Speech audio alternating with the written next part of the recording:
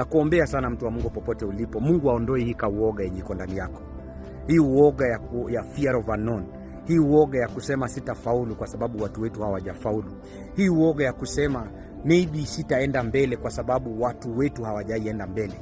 Nataka uiondoe hiyo uoga kabisa. Hautakufa kwa madeni, hautaenda gerezani, hautaenda kwa koti. Mungu atakushindania kwa ile mambo unapitia. Nataka ujue kwamba Mungu anakupenda na Mungu anakujali na Mungu ana haja na maisha yako. So irrespective of what you are going through, katana na roho ya uoga. Shetani asikuuzie uoga. Asikuuzie uoga kukuonesha kwamba hauta make it. Asikuuzie uoga kukuonesha kwamba hautaenda mbele. Mungu anajua vile alikuumba na ako na mipango mizuri juu ya maisha yako. So change your attitude and seek God. Badilisha uoga na kumtafuta Mungu.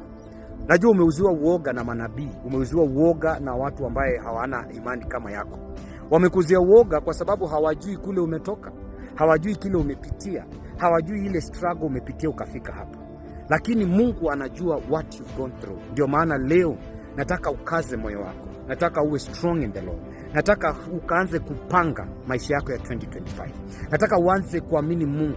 Kama alifungua bahari ya Shamu, anaweza fungua your financial doors. Kama alifufua Lazaro, anaweza kukufufua. Kama alifanya miujiza, anaweza fanya kwako. Sasa anza kuamini. Wacha kujipima na watu wa kwenyu. Wacha kujipima. Hauwezi badilisha your past. Hauwezi badilisha past yako. Na hivyo basi kama huwezi badilisha past yako, hata basi kile unapitia haistahili kureflect your past. Anza kuamini Mungu for greater miracles. Anza kuamini Mungu kwa sababu ya ndoa. Najua umejaribu ndoa sana. Najua umeteseka, umejaribu relationships. But in this year tunaenda kuingia 2025. Tuanze kuamini Mungu for greater opportunities. Mungu akuletee partner. Kuna mtu wako Mungu ameunda.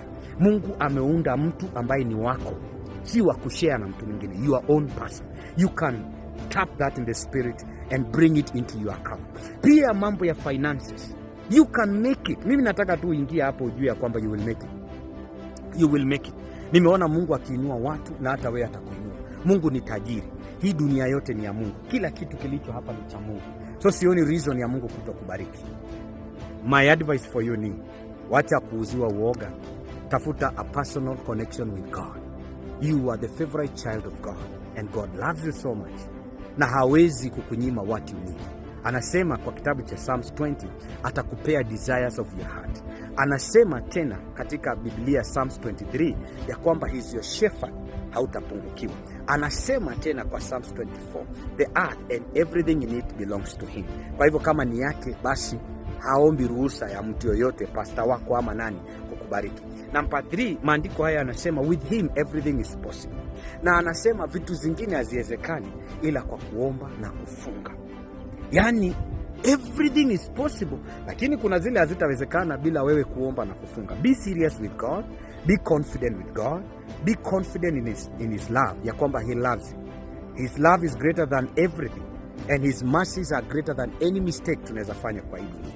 Mimi nakuombea sana na nina hope sana kwa sababu ya 2025.